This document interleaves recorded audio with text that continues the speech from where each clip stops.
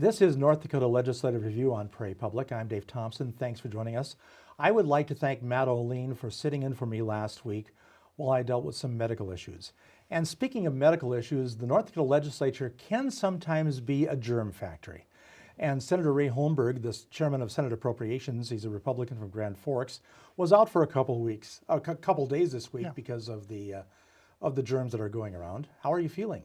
Well, I feel a little better, but as someone who grew up in theater, the show must go on. So I was at the session today, and I'm here now. Very good, thank you, and thanks for being here. Since you're in appropriations, of course, this is a huge budget session, and your committee is doing some heavy lifting on appropriations. Yes, we have a lot less revenue to deal with, and of course, still a lot of requests for that money. But we are making, I think, the appropriate reductions. I think the citizens and the folks that are working with us have been really pretty good at understanding that there is close to $2 billion less in the state coffers this year than there was 2 years ago, and are understanding they want us to do the best we can, but also be fair and not just poke at one group and leave others alone. So they all will take some of the biting that comes in budget reductions. Some a little more than others, but it will work out in the end. So the $2 billion you're talking about, how much of that was one-time spending? About $1.1 billion. So if we were to balance the books today on what is in the session, we would have about $880 million in the hole. Okay, but that's not unusual for this time of the session. You haven't even gotten to crossover yet. No. 2 years ago, we were $1.8 billion in the hole. Time before, we were only about $6 million in the hole, so it varies. But the key thing to remember is governors write the budgets.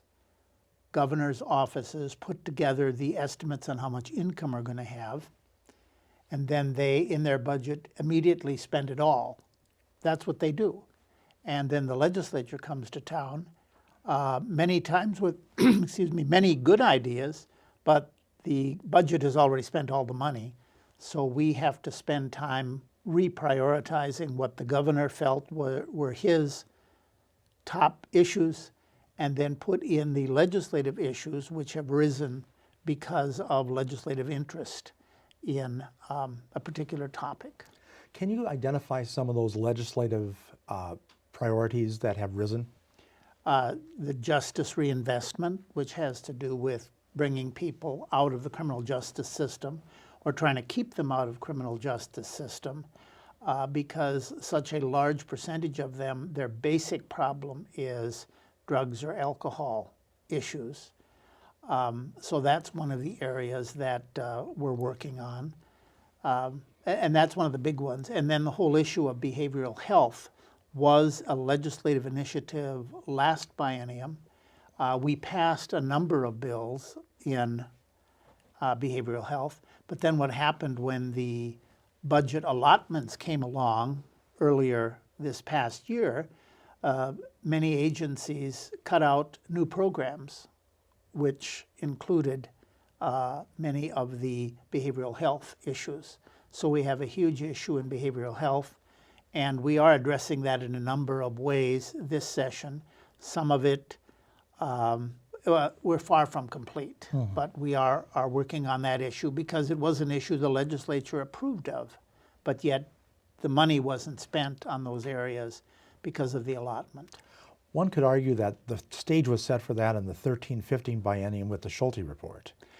And then the 15 legislature did some things, but the allotments came along, and now you're looking at the whole issue and finding out where you can find money to do some of these things.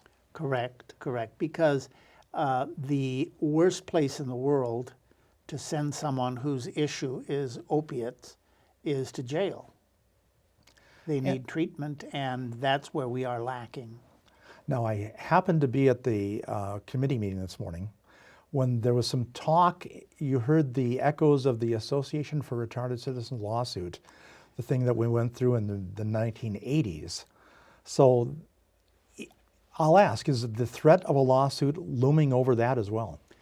That has been mentioned more than once, but threats of lawsuits also were mentioned for years over elementary and secondary funding and other issues. The key element way back when, I think it was the late 70s, because I was still here, I shouldn't say still here, I was here, was a big fight over whether or not we were going to have a dental technician at Grafton. And the House and the Senate fought back and forth, and finally we did not do that. And that was one of the points that led to the lawsuit. And it would have been much cheaper, in hindsight, for the state to have hired the dentist than to go through the lawsuit. But at this point, there's just talk of it, but I haven't heard any specific threats from anybody. Everybody knows that the idea of behavioral health, justice reinvestment, reinvigoration, whatever you want to call it, this is a huge issue, and you have to take the bite of the apple one bite at a time. Right. And we are not always totally consistent because we, as a legislature and as a society, say we want to do something to reduce the number of people in jails because we can't build them fast enough. Yet at the same time, we in the legislature pass bills to ensure that more people go to jail and stay longer. So there you are. I want to go over to the idea of state employees. State employees are not proposed to get any raises. Governor Burgum's budget said the state employees should start paying 5% out of their pocket for health insurance. However, bills are already on the Senate floor saying you're not going to do that. Is that something that there's at least a handshake agreement between the House and the Senate at this point? Yeah, the House and the Senate decided that because of no pay increase, because of the fact that a number of state employees did not get any pay increases this second year, the current year, because of allotments and budget cutbacks, and the fact that at the beginning of the session there was also in the works a 1% increase in their payment for retirement, we just felt it was a bridge too far to also attack the issue of the insurance. So both caucuses, in fact, we have passed bills already that are over in the House that reinstate the dollar amounts for the health insurance for the state employees. They don't get off scot-free. The program will require an increase. I think it's from $25 to $30 for a copayment. And then there is an increase in the maximum amount that is paid per year.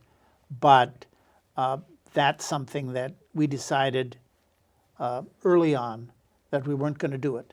Philosophically, there are a number of members of the legislature that feel that the state employees should pay a percentage of their health insurance. And I'm sure that in better times, when we have more resources and the state employees are getting a raise, it will come back. But for this year, we've taken it off the table.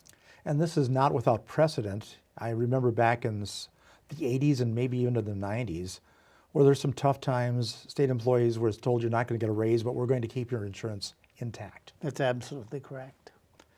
Another thing that was proposed by both former Governor Dalrymple and current Governor Burgum is the ending of Breathe ND. I know that's in your committee. What's happening with that? We've had a number of meetings on it. There's a subcommittee that's working on it. We have gathered, and the subcommittee has listened to many hours of additional testimony, a variety of information from health departments, from the district health units, who are fearful that if Breathe ND went away, their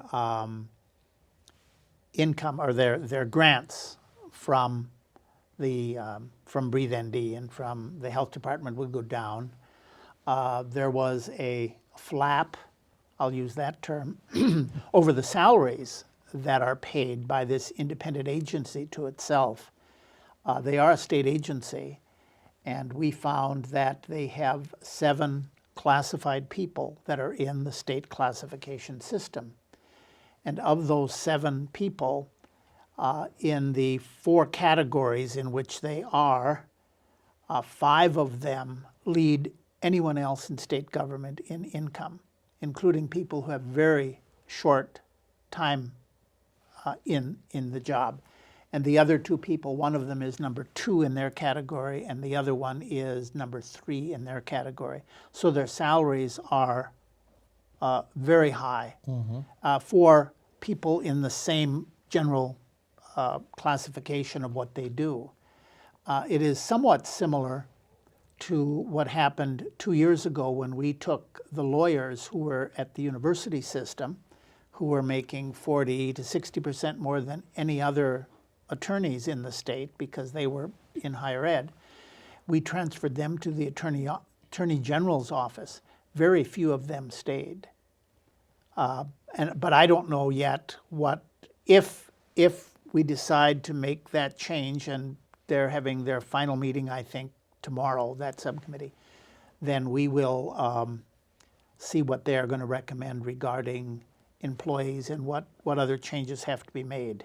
So at this point, stay tuned. Stay tuned, definitely. But it will be soon because we need to have those bills done and out of appropriations towards the end of next week. You're getting close to crossover now. So, Yes. Yeah. Mercifully. Mercifully, yes. Now that we both had our illness problems, we can look forward to that. Absolutely. And a little we break. Can. Yeah, a little break there would be good. You did talk about the university system, and the university system budget, the way I see it, and correct me if I'm wrong, is about 83% of, at least right now, of what it was 2 years ago. Right. That's of the general fund appropriation, which means the ongoing. You take out, for example, we finished the medical school, which was a big chunk of money, $62 million. So right now, it was under the under the Dalrymple budget, he had cut it roughly 15% with the proviso that tuition could be increased or should be increased. And then the Burgum budget came back with another 5%, Okay. Plus the 5% for the state employees' health insurance. Okay, so the 5% for the state employees' health insurance is out. So we're talking between an 80 and an 83%. Yeah, 83% right now. We're still working on it, but we're getting closer. And right now we're quite close to the Burgum budget as far as the gross numbers. You did say tuition was also included. What are students potentially facing in tuition increases? Well, because of some events that occurred about 4 years ago, the legislature has decided, I think wisely, to keep looking at caps because of that huge increase that occurred at one school to the east of us. And we're certainly looking at a cap. We're also looking at uncapping out-of-state tuition rates. Oh, okay. That would not impact students who come to North Dakota under the Minnesota Reciprocity Agreement. That's a totally separate thing. But uncapping and giving the authority to the campuses and with board permission, they are much better shaped to understand what their market will bear. Can they do an extra 1% or an extra 2%? I don't know. But it gives them the opportunity to make the decision knowing that if they bite off too much, they're going to sit there pretty hungry. They're not going to get anything. So we'll see what happens with that. Are you talking about a figure for a cap at this point? We're using as a working number 3% Okay. each year of the biennium. Well, we should mention that there are a lot of things still in the balance, including a March revenue forecast, which will be coming up, which Right. will make a determination about that too. And also we're looking at uncapping the tuition at the School of Law, which I believe out of 188 schools in the country, they are the 187th in tuition. We're looking at uncapping the medical school and also the School of Pharmacy. Otherwise, we would have caps on the other tuition rates. So these are still things being discussed. Right. There will be a proposal that will be rolled to the floor, and then you get to the House and the March forecast comes in. It just takes a while. Right, and that's just the way it happens, and we're all used to that, and we will roll with those punches as they come. There were a couple of building projects that have been talked about. One was recommended by the Board of Higher Education at Valley City, a building that's on the wrong side of a dike on the Cheyenne River, the way I understand it, and it's an arts building. Right, it's one of their basic structures. Yeah. It's awkwardly on the wrong side of the dike, so if the river rises, you will hear a huge flushing sound, because you're not going to repair a building that's on the wrong side of the dike. That's insane.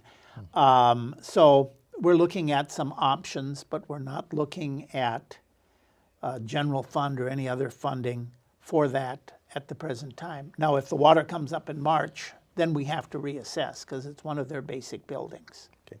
And DSU is also pushing for Dunbar Hall, which had Correct. some problems, which part of it collapsed. There's a lot of either tear it down or build again, I think was one of the proposals that was made, because I don't know if you can repair that building.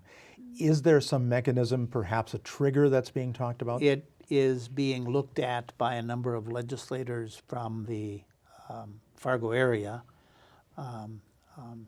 Senator Sorvag and I believe Senator Mathern are working on some possibilities, but as long as they have a situation that isn't going to dip into our revenues, then they might have a chance. But we'll have to see. And again, the March forecast, but there are so many other changes that have occurred in the state budget that I think the legislature would be hard-pressed to all of a sudden whip out checks for $47 million for a building when there are other areas that we have had to hold back on. Besides the budgets we've talked about, is there any budget that you have found somewhat difficult to deal with this time? Well, it's more than one budget, because the last few sessions during the FAT times, we had instances where programs or different areas wanted to expand, but they could not convince the legislature that it was a good investment long term. So they wanted it to be called one-time funding. So when the balloon went up, as they say, and there was a lot less money, these people who had built a program 1 or 2 biennium on so-called one-time money found that they had no money. So they lined up. Now, some of it was, well, I shouldn't say some of it, all of it is the legislators, we have our fingerprints on it, so we can't just say, well, they just asked for that. But there were a couple areas that were a monumental problem. One of them was when the medical school was built, started 3 sessions ago when we started that, they had a program to increase the size of the classes so there would be more medical professionals, not just docs, but also physical therapists and those kind of folks. Well, that was called one-time funding the first time it went. Well, then last session, it continued, and it was called one-time funding. So the governors removed that one-time funding, which cut the medical school operating budget by 1/3. And instead of being able to support 65 residencies, which is where you get your docs that stay in North Dakota, they're under the budget that our committee started with, could only fund 27. That's quite a drop, and clearly it is in error. And we visited with OMB, we visited with the committee, and the committee is looking at doing some restoration there. It's going to probably cost them a little more tuition, but they are a low tuition school. In fact, all of our schools except the two-year schools are below their regional counterparts as far as their tuition. Not that the students are going to bear all the problem, because there are cuts going on campuses. In the calendar year 2016, there are 396 fewer higher ed employees than there were at the beginning of last year. We're really struggling with top administration because the numbers are loosey and goosey, and the job descriptions are really tough to figure out who's a boss and who is called a boss. So one of the directives we have our working language on is to direct the board to take another look at your personnel and your HR manuals, and they don't have to be the same, but there has to be a system that is understandable, because when you look at one school, they might have 5 more top administrators than the school next door, but the problem is they also have 2 different areas that are different and separate. So we're working on it. That is something that we won't have perfected before the end of the session. But I think from the staff, they recognize that the board needs to step up and get us a definition so we know who's a boss and who is just called a boss. Okay, this will be a work in progress, probably a few biennia. Right. Perhaps. You did mention something that was interesting. You said that you really have directed the board to take a look at these back office positions and, these vice presidential positions. In a brief summary, if you had your druthers, what would you do? I think that from the standpoint of morale on campuses, unless the campus community sees pain and suffering on the part of administration, they don't buy the fact that everyone is pulling together. They like to see blood on the altar. And that sounds crude, but I like to be crude sometimes. Sometimes, yeah. But that has to happen, and we shall see, because if the budget that we are looking at moving forward, and if it actually passes, if the Burgum budget passes, there will be a number of other reductions as far as in personnel on the campuses. Okay. When do you expect the March revenue forecast? If I were to Just a hazard a guess, I would say March 9th. Okay. And that will be presented, and then things will start kind of working like a jigsaw puzzle at that point. Right. And then, like I have said before with the jigsaw puzzle, have you ever done one with a 5-year-old? And you just want to scream at them, it's your turn, the flat piece goes to the outside. So, we'll have some of that. And that always happens every legislative session. There is disagreements. We have some common goals, obviously, and that is try to get done early and save some money and do all these good things. But yet at the same time, there's usually 1 or 2 issues that pop up that gum up the works towards the end, and we'll just have to see what they may be. But the goal is still to try to hold 10 days in reserve, right? That is a goal, but if the choice is go home early and do a lousy job, or stay there 78 days and do a much better job, I think the value there is staying the days. When it comes down to it, that old saw saying it's much easier in a tight budget because it's easier to say no.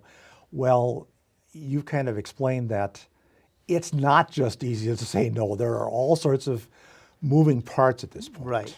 That is absolutely correct. In a very short answer, when the new revenue forecast comes out, how close do you think it, and this is just a ballpark guess on your part, how close will it be to the numbers you're working with now? Well, we did our own budget reductions in January, and the first month after we had done that, in a $5 billion mix of money, we were only $117,000 off. So the first month could have been pure luck. There are so many moving parts there. How did Christmas season come out? All these different things. What are the feds going to do? Right. You know.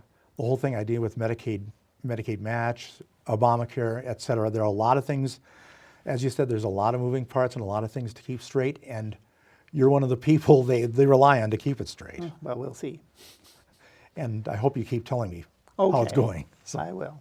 Our guest today on Legislative Review, State Senator Ray Holmberg from Grand Forks. He's the chairman of the Senate Appropriations Committee and a longtime member of the legislature who's seen a lot of things happen. For Prairie Public and Legislative Review, I'm Dave Thompson. Thanks for joining us.